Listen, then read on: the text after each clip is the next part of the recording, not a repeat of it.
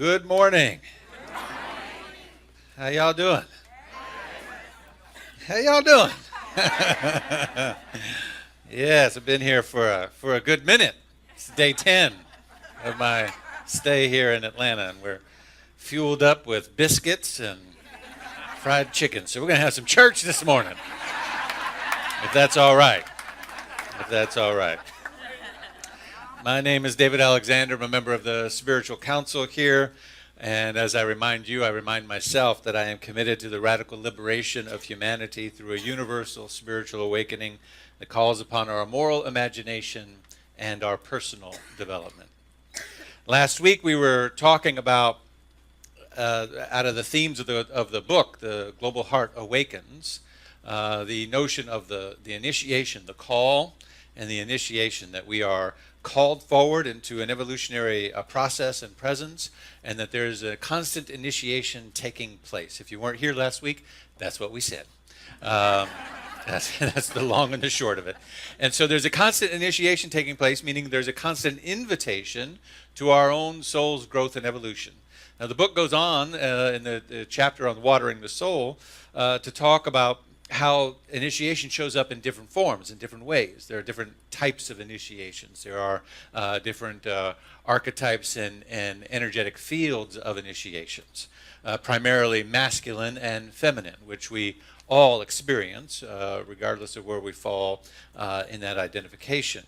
And so those experiences are the masculine are what are called the earth or the fiery initiations. These are the initiations of battle and of conquest, of fight or flight. They are the self-identification, establishing ourselves as who we are. They're initiations in which we discover our power and our confidence and our bravery. But then there are feminine initiations that are the watery, what the author calls the water initiations. Initiations that bring us through the initiations of beauty and pleasure, emotional depth, opening us to feelings, right? Water is the depth of something. Water cools, nurtures, and cleanses. It's that opens us up to love. Water molecules carry emotions from the inner experience to the outer expression. Before the heart can be opened, the author says, our wounds must be cleansed by the healing waters of the soul. And as I read that, I was so moved because I really got that what's happening in the world today, that so much of the angst, the turmoil, the trouble, the dis-ease that is taking place, that we are calling these various movements, these various uprisings, these initiations of social justice, all of those elements that are taking place, if you really look at them and you really understand them through this paradigm and this lens, you will begin to see that these are not initiations of the fire. These are not initiations of fire. These are initiations of water. These moments in history, these moments in our living time are asking something different of us. They're asking us to get in touch with an emotional level of being. They're asking us to get in touch with the deeper connection of our soul. So much of our pain body that we are experiencing, both individually and collectively, is because we have been cut off from our emotions. Yes? Been cut off, and it's enculturated. It happens. It not only happens in religion, but it happens in our families. It happens in our society. Men and women experience it differently, but we grow up in families where say, oh, getting a little emotional. Just pass them another biscuit. Right? Just put some butter on that, and just. And we don't want to talk about our feelings here, right? How many people grew up in a household like that, right? You just have another piece of pie. You just have another, have another cookie, right? In fact, even when we would be emotionally upset, our parents would take us to get some ice cream, to get a cookie, right? And so we learn to cover it up, to hide it, to not express it. Emotions are seen as weakness. But when something is left suppressed and unexpressed, it doesn't go away. It still must come forward. The initiation process of moving through, and what the author talks about is that there's a natural order of things, that we must come through the masculine, we must come through the fiery initiations of learning about our power, our confidence, our what we're capable of, and who we are and who we're not, our self-identification, I versus the world, etc., so that we're established. And if you look at the paradigm of growth and development, my bachelor's was in child development, so I like to look at this from that paradigm as well. The growth of our process of growing up in self-identification, we go through the fiery initiations as preteens and early teens. I got a 13-year-old at home. We go through the fiery initiations. I am this, and I am not that, right? But then late teens, young adulthood, early adulthood, hopefully, we begin to transition out of that into the emotional initiations, into the initiations of emotional connection with each other and with ourselves, discovering who we are on that level. Am I making sense so far? But when we are cut off from our emotions, both individually and collectively, when we're shut down, when the water initiations are not acknowledged, not embraced, and not allowed to come forward, then we have a suppression of something. And it creates a level of inhumanity. It creates a level of disenfranchisement, both from first and foremost from ourselves, but then that extends outward to how we treat each other. You see, we know this because we can look at the world conditions. In order for us to snatch children from their parents, which is not new, something that we've done in this country from the very beginning. We did it with slaves. We did it with the Native Americans. We even did it with the Japanese in the internment camps. It's not new. But in order for us to do this, there has to be a disconnect. There has to be a dehumanizing of the other in order for us to do something so cruel that we would never allow to be done to ourselves or to our own family. Am I making sense this morning? In order for slavery to work, in order for us to buy, sell, beat, or trade people like animals, we have to be completely disconnected from their humanity.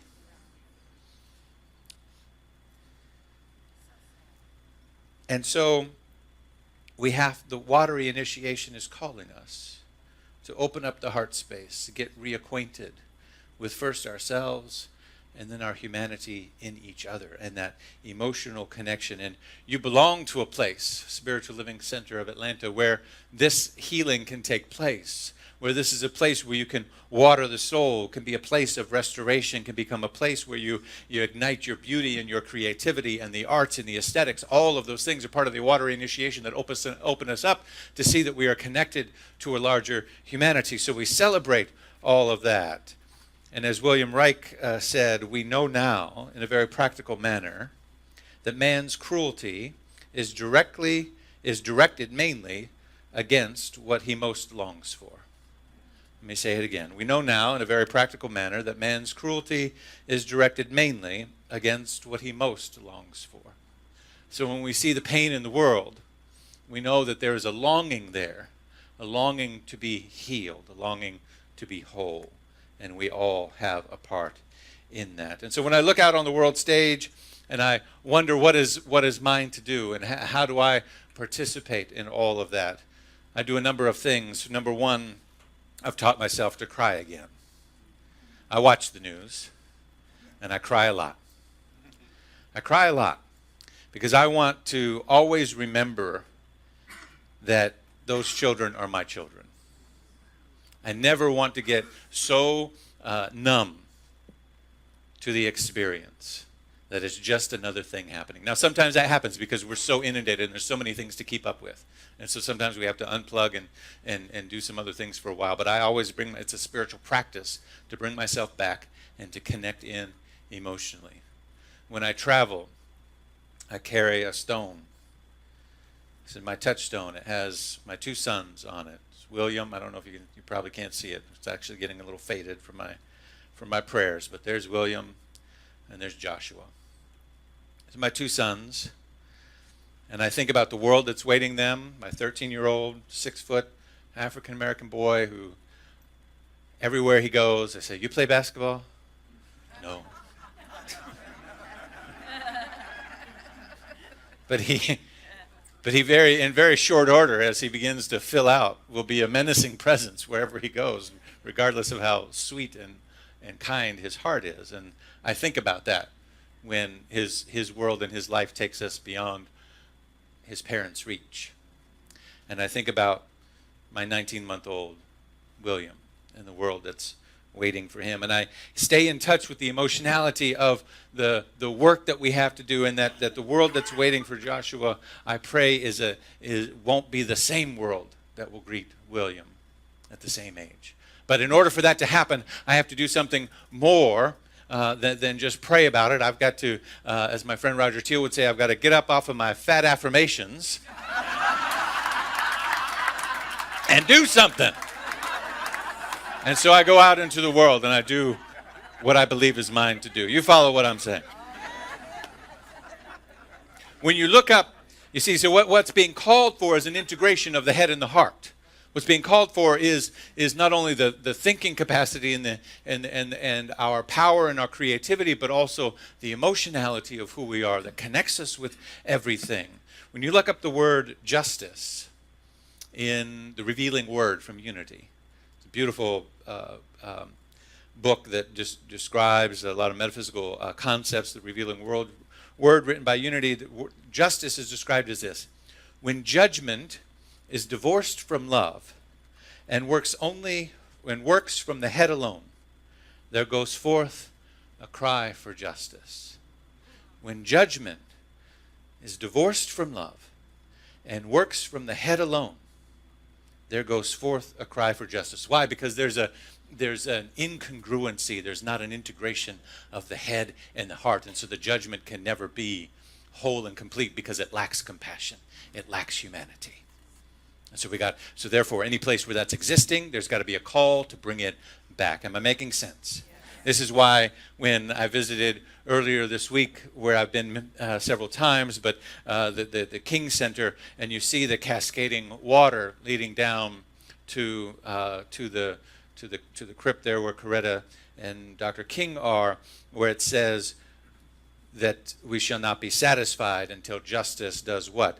Rolls down like water, and righteousness like a mighty stream. You see, water is a symbol of the spirit. It's a symbol of emotion. It's a symbol of that which connects us to Mother, to the womb, and to all of creation. It's a very emotional symbol, and so those words are not by accident, because those words are a call to initiate the heart and the humanity back into who we are. You see, I believe that our teaching, this New Thought teaching, is one of liberation.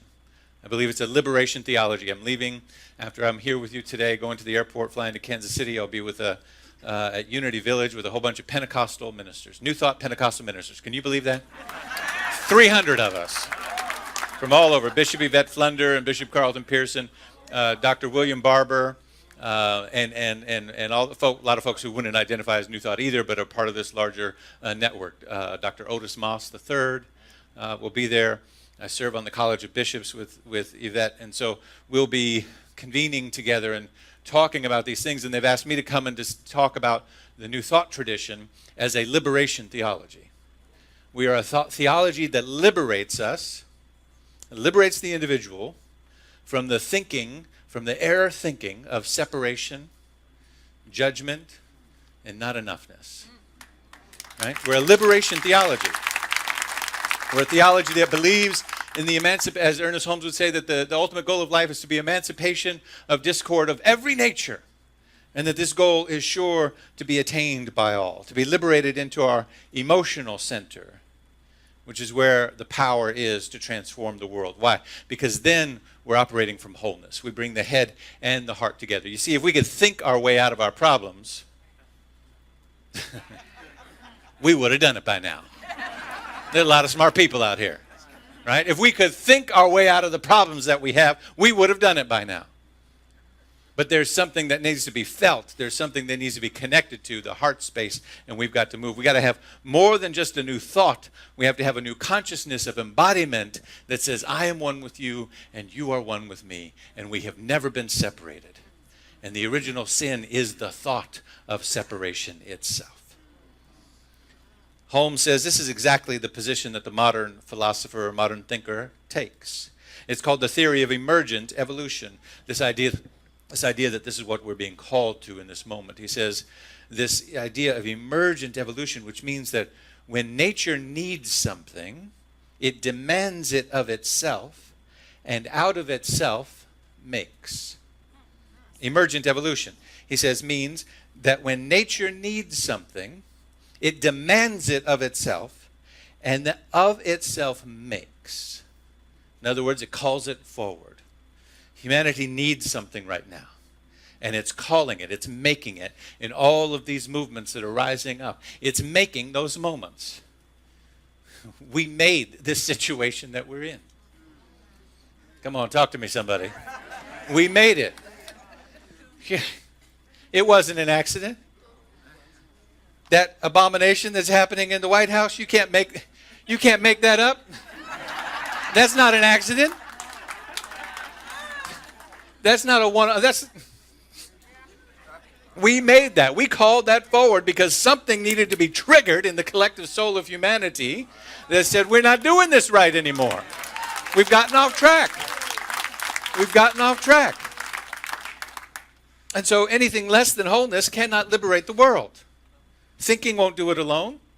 And emotionality and fiery initiation of we got to beat them and that won't do it either. It's got to be a deep connection.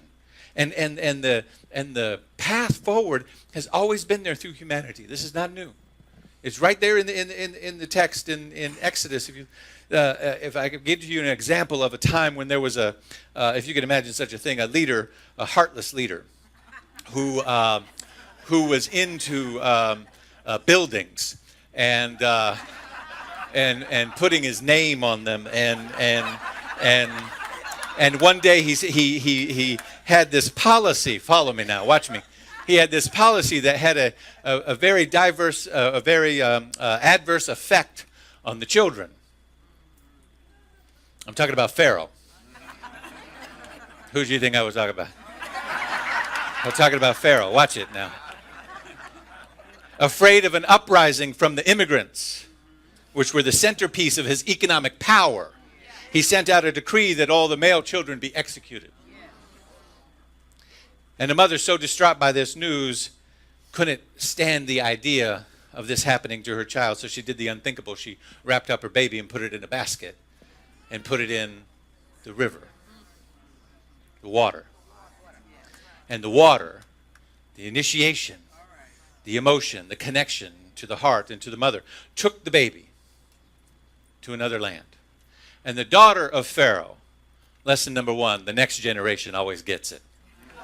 Not Pharaoh, but the daughter of Pharaoh. Pharaoh's daughter, the feminine. A lot of layers there. It's going deep. We got to go fast. I only have a few minutes. Can you keep up with me? All right. Pharaoh's daughter, feminine, next generation, takes the baby out of the water, takes it into the home, raises Moses, which means to be drawn out, to be drawn from. Raises Moses, and so Moses grows up as one of the empire, a member of the empire, with all rights, privileges pertaining thereto. He has all the privileges. He has all the everything. But something inside of him is unsettled. Something inside of him knows that he's different. Something inside of him remembers that water and where it takes him to. He doesn't consciously remember, but something inside of him says, I belong. There's something. You following what I'm saying? And so somebody who's in the empire, who's in all of the, surrounded by privilege. Come on, talk to me. Surrounded by privilege, has something initiate inside of him, and one day he's out doing his job, doing his work, tending to his flock, and Spirit calls him to the mountain, to a high place of consciousness. And there, when he gets still, he gets a download. He's the first one to have a tablet and to download information from the cloud.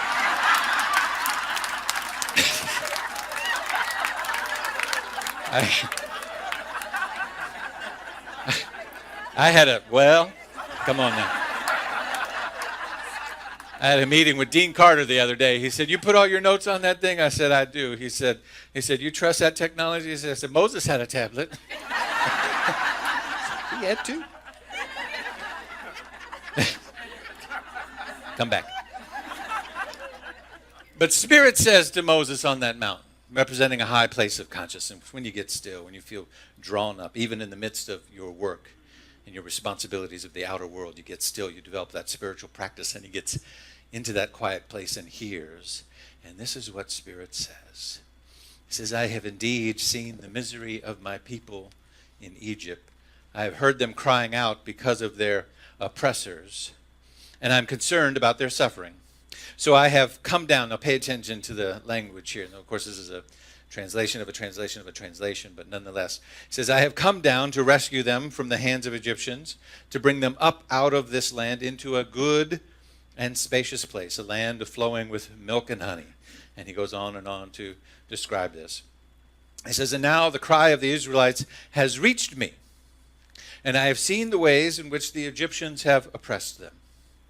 And so now I am sending you to Pharaoh to bring my people out of Egypt. Now, it's interesting when you look at that, all of that and put it all together. I find it interesting that in just a few lines above, he says, so I have come down to rescue them from the hands of Egyptians and to bring them out of their oppression. And then a few lines later, he says, so I'm sending you. You see that? You say, well, why can't God just do it himself? Right?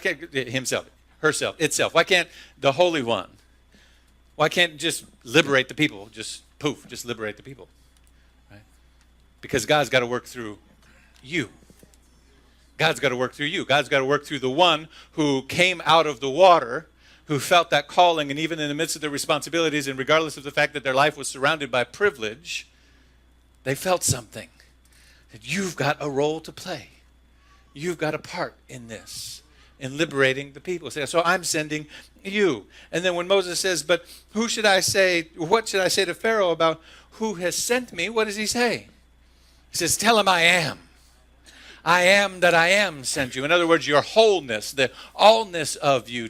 In other words, be liberated into your full self. That's the only thing that you need. You don't need anything from the outside. You only need your liberated self. And so out of that place, he's able to go back. And so we come here to water our soul. We come here to develop a spiritual practice. We come here to develop meditation and insight and affirmative prayer and a way to get still and a way to quiet the noise of the world so that we have the inner strength, so that we have the moral fortitude and the courage to respond. We come here to be a part of that on that mountain, to hear that small voice so that we know what is ours to do out in the world, so that we know who has sent us. Notice God didn't go to Pharaoh and say, well, a whole lot of people have been praying, and I've heard their prayers, and they're holding consciousness for you. And they're praying that you just have a shift in your thinking. So I've come to see if we can work that out. Some of them are praying that you turn your ankle, but I'm not paying attention to them. But a whole bunch of people are just praying that you have a healing in your consciousness. God didn't go to Pharaoh. God went to Moses and said, you've got to rise up and you've got to speak your voice of liberation to the powers that be. You've got to go and say, let my people go. You've got to go and be the liberating presence by raising your voice and doing what is yours to do. There's a poem that talks about a rainstorm. I liked it because it talked about water and being that presence. Because sometimes in New Thought we get too caught up in our head, and we need to come down into the space of the emotionality of the heart space. And so we're going to do that for the remaining portion of the message here. But first I want you to hear this, and then we'll move into a bit of a song, and then I'll come back and I've got another poem to close it out. But this one's called You Were Born to Be a Rainstorm. You were born to be a rainstorm, to send your voice throughout the night, to sing your song with falling raindrops, to break the darkness with your light. You were born to show raw beauty, to wash the dirt from their eyes. But the whole world ran for cover when you opened up your skies. So you made your thunder silent and learnt to bite your rainy tongue. You gave them what they thought they wanted. You gave them life with endless sun. But as they watched their lives grow weaker, and watched their leaves turn brown and dry. They wish they didn't take for granted your booming presence in the sky. You were born to be a rainstorm, to be chaotic and to be bold, to show there's beauty in the knowledge that you cannot be controlled. Because you might think that you're not needed, that life without you is the same, but nothing beautiful will ever grow if it isn't washed in the rain. And so I want us to understand today that the world's problems cannot be solved by thinking alone. That if it could be solved by thinking, we would have done it by now. We need not only a new thought, we need a new consciousness and a new embodiment of that consciousness, which comes with the emotional connection that reminds us that we are all in this together. We support places like this. We come to places like this. We cherish and take care of communities like this because they are the place where we can water our soul. But they're not places for us to hide from the world issues. They're places for us to get inspired to do what is ours to do. So I've asked Penelope to go into this song, and then we'll come back and close it out. You may know this one.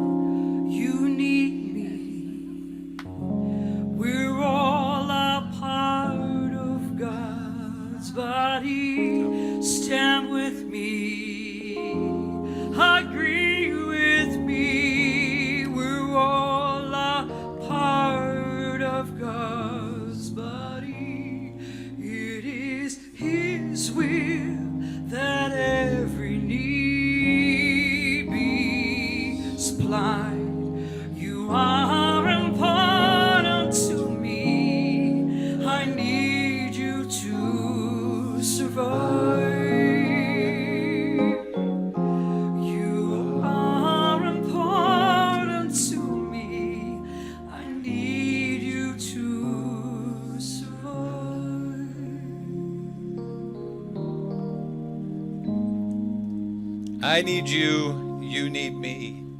We're all a part of God's body. And finally, this prayer, and then we're going to go back into this song because it speaks so powerfully about what is ours to do in this moment, to pray for each other. I found this from Reverend Dr. Marilyn Banks, a prayer called Start and Keep. Take a breath.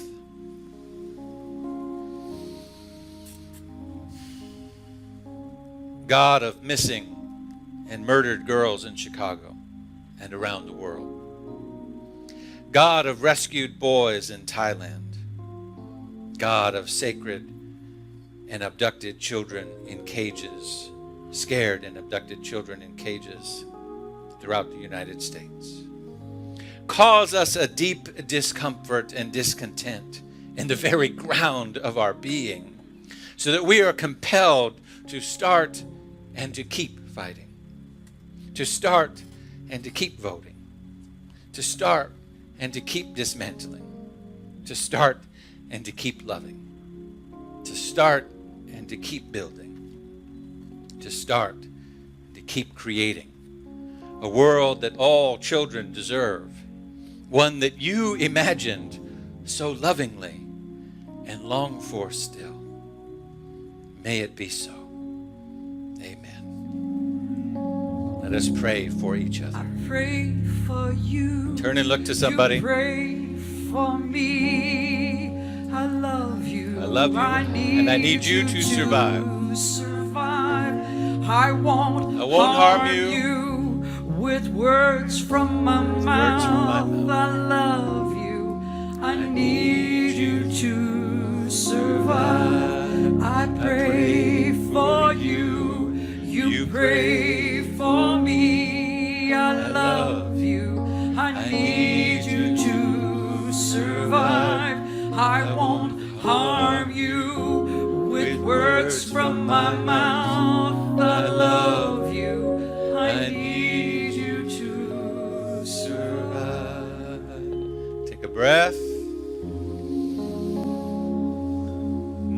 that what you have here at Spiritual Living Center of Atlanta is sacred, is powerful, is a healing balm of transformation. It is a theology of liberation, a place in which you can water the soul and get free from your own doubts and fears and limitations and all of the otherness and nothingness from which you were implanted with, growing up and enculturated and indoctrinated with, that you can be liberated from all of those things and emancipated into your wholeness.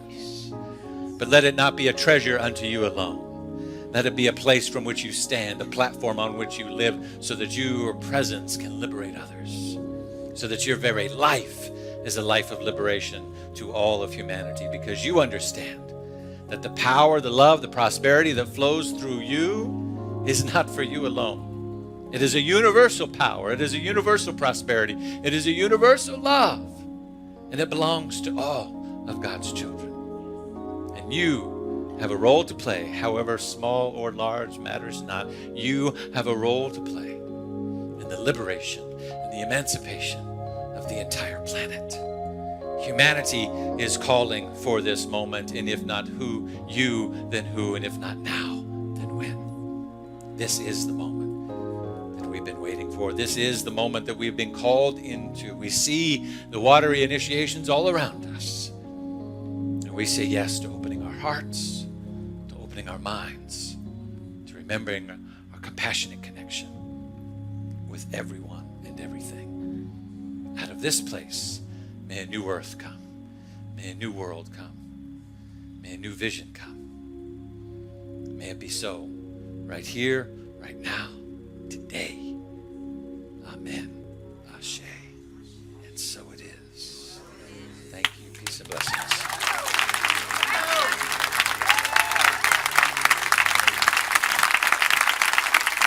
Beautiful.